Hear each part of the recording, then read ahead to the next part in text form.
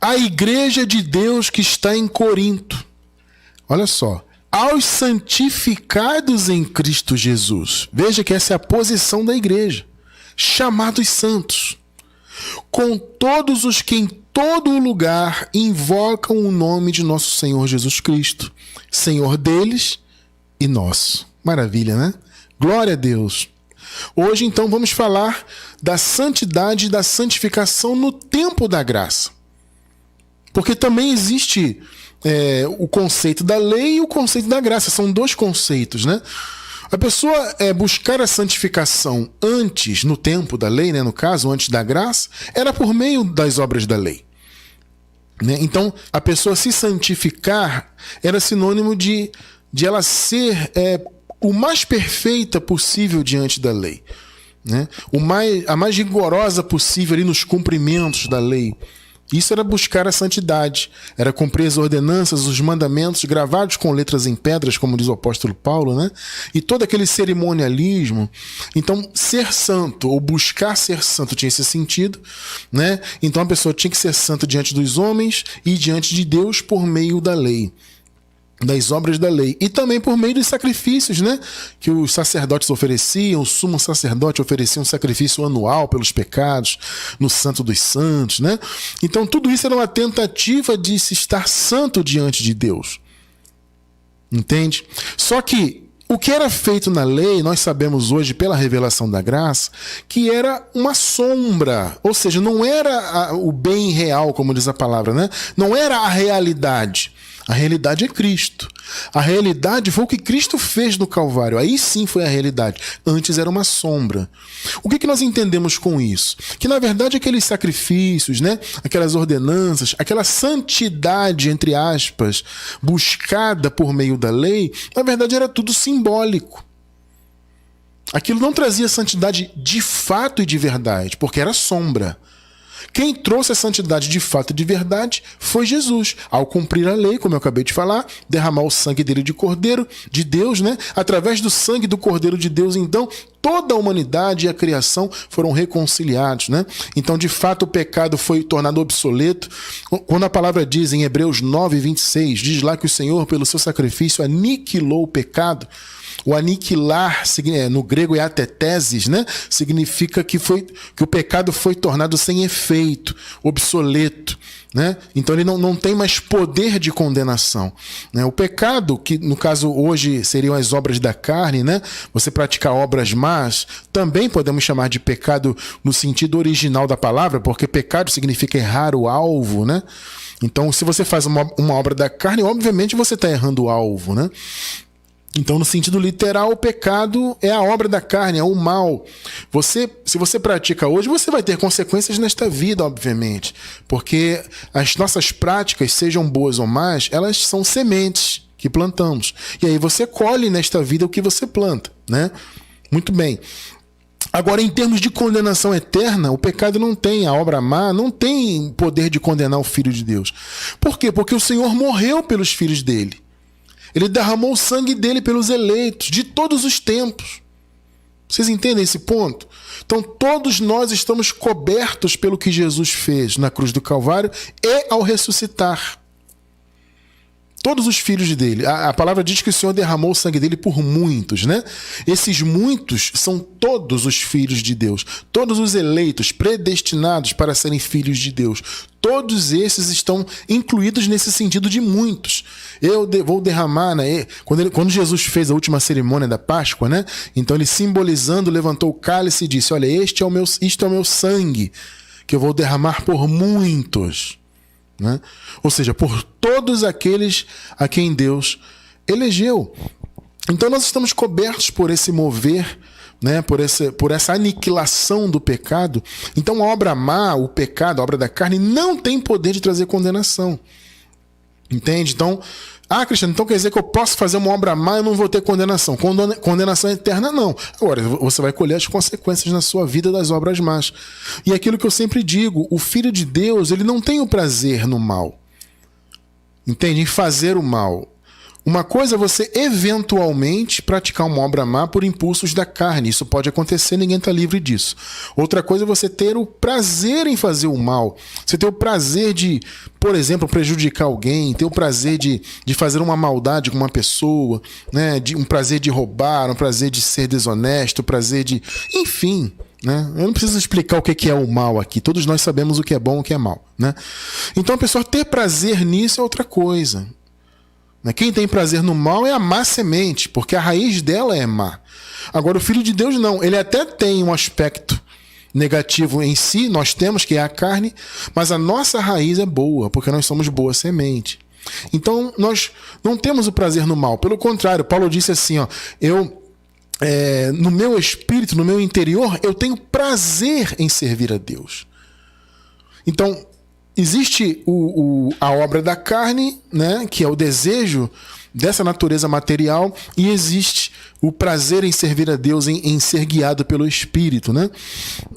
Então, uma coisa é você praticar a obra má deliberadamente, querendo fazer o mal. Outra coisa é você eventualmente fazer e colher.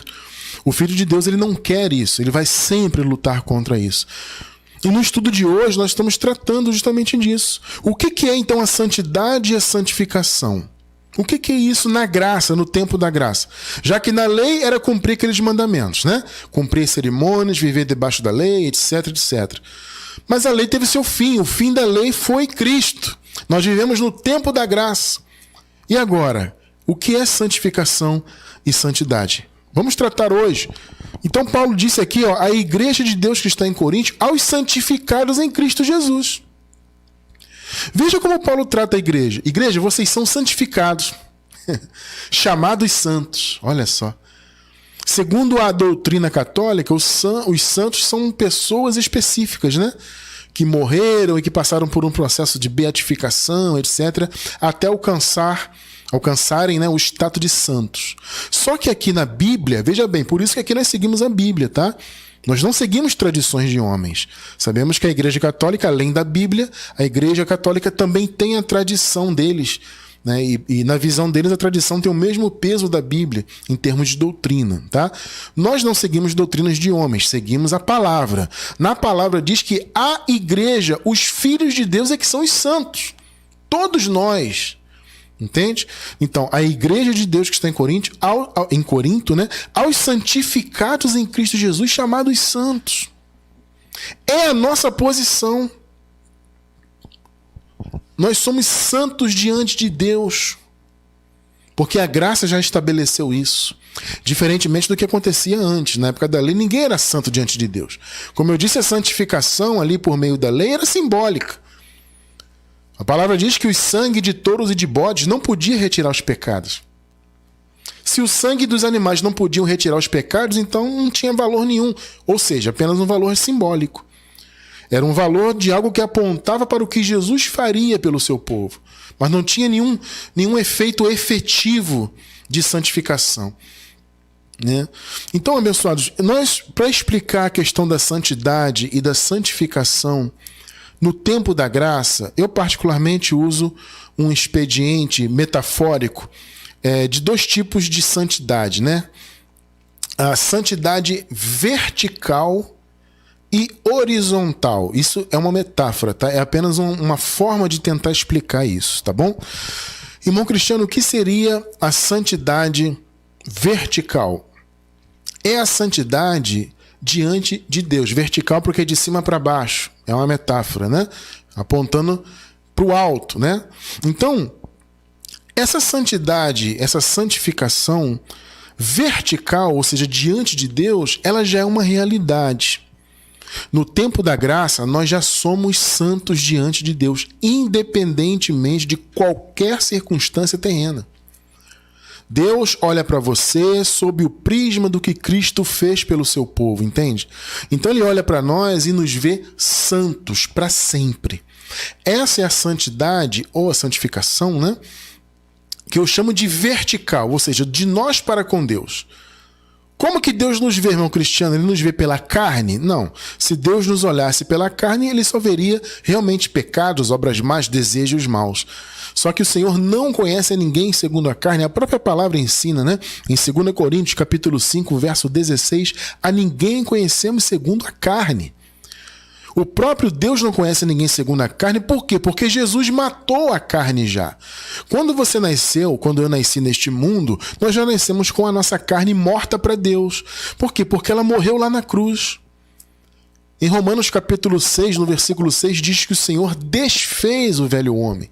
O velho homem morreu com ele lá. Então, quando Jesus de Nazaré morreu, o Adão morreu com ele lá. A carne morreu lá, vocês entendem? Então, o nosso Adão, para Deus, ele já é morto. Você já está morto para Deus do ponto de vista da carne. Deus te olha como um ser espiritual completo e perfeito. É assim que Deus nos vê. Por quê? Porque Jesus, veja, não é a sua santidade, entre aspas, né, a sua santidade religiosa, não é o fato, porque nós achávamos isto, né? Quando nós éramos do sistema religioso, nós achávamos que a nossa santidade diante de Deus era o jejum que nós fazíamos. Não, porque agora eu vou tomar uma santa ceia para ficar em comunhão com Deus.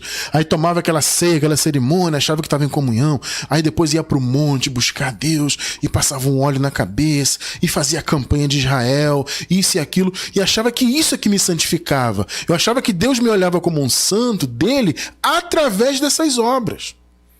De cumprir o mandamento, né? O pastor dizia, olha, você não pode ouvir música secular, você não pode, uma mulher no caso não pode, na minha época era assim, né?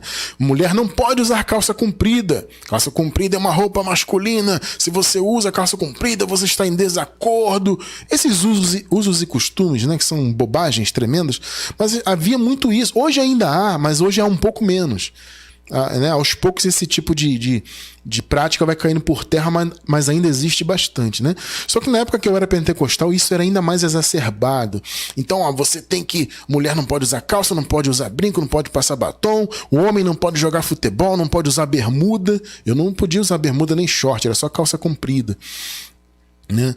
Então, esses mandamentos de homens, nós achávamos, né, que esses mandamentos de homens é que nos tornavam santos diante de Deus. Ou seja, a santificação vertical de nós para com Deus se dava por meio dessas obras, de cumprir mandamentos, cumprir obras da lei, etc, etc. Com a revelação da graça, nós entendemos que essa santificação vertical, ela já é uma realidade. Porque ela se deu pelo que Cristo fez.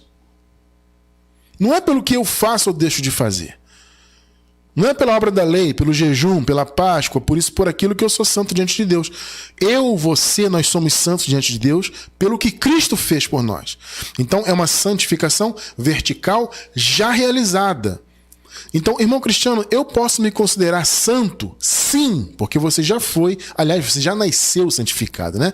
Aqueles irmãos que estavam lá no período ainda de transição, que haviam nascido antes da cruz, eles sim foram santificados. Porque eles estavam debaixo do pecado, né? E foram retirados daquela condição. Eles estavam no império das trevas e foram transportados para o reino. Então, eles foram santificados. Nós não passamos por esse processo. Nós já nascemos santos. Porque é aquela história que eu falei no início, né? Nós já nascemos no tempo da graça. Depois da graça já estabelecida. Então, você já nasceu com um novo e vivo caminho inaugurado. A graça já é plenamente... estabelecida, como costumamos dizer, né?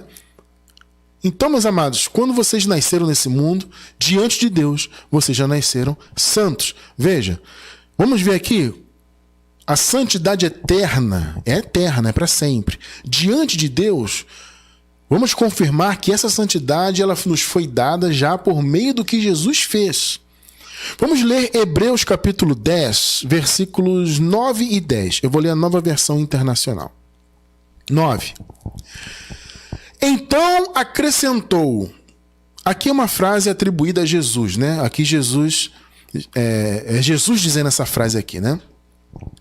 Então acrescentou. Aqui estou, vim para fazer a tua vontade. Aqui é Jesus falando. Olha só, que vontade é essa? Ele cancela o primeiro, olha só, amado, para estabelecer o segundo. Irmão Cristiano, o que é isso? Eu não estou entendendo. Primeiro, segundo, o que é isso? primeiro pacto. Segundo pacto. Percebeu? O Senhor Jesus veio para morrer, para cumprir a lei, como eu disse no início. Então ele cumpriu toda a lei, cumpriu o espírito da lei, aquilo que precisava ser cumprido, e derramou o sangue dele de Cordeiro de Deus. Ponto. Ele cumpriu a lei. Então, ele cancelou o primeiro pacto. Cancelou em que sentido? Cancelou a continuidade dele. Não é que Jesus deixou de cumprir. Não, ele cumpriu para cancelar esse pacto para nós. Vocês estão entendendo o ponto? Ele cancela o primeiro, ou seja, ele cumpriu toda a lei, então ele cancelou a continuidade da necessidade da lei. Então ele cancela o primeiro e estabelece o segundo.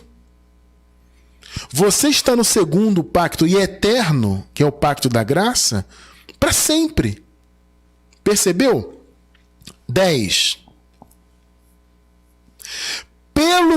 Olha só, pelo cumprimento dessa vontade. Que vontade? O estabelecimento do segundo pacto. Pegou? Pegou aí? Pelo cumprimento do estabelecimento do segundo pacto, ou seja, pelo advento da graça, essa era a vontade que foi estabelecida. Então, pelo cumprimento dessa vontade, fomos santificados. Pegou sim ou não? Tá claro ou não tá? Você foi santificado diante de Deus por meio de quê? Do seu jejum, do seu sacrifício, do seu passa óleo na cabeça, e toma a Santa Ceia, e batiza nas águas do rio não sei o quê, e anda de joelho no pó, e sobe o monte, e sacrifica. É isso que te santificou diante de Deus? Negativo. Você foi santificado pelo estabelecimento do segundo pacto.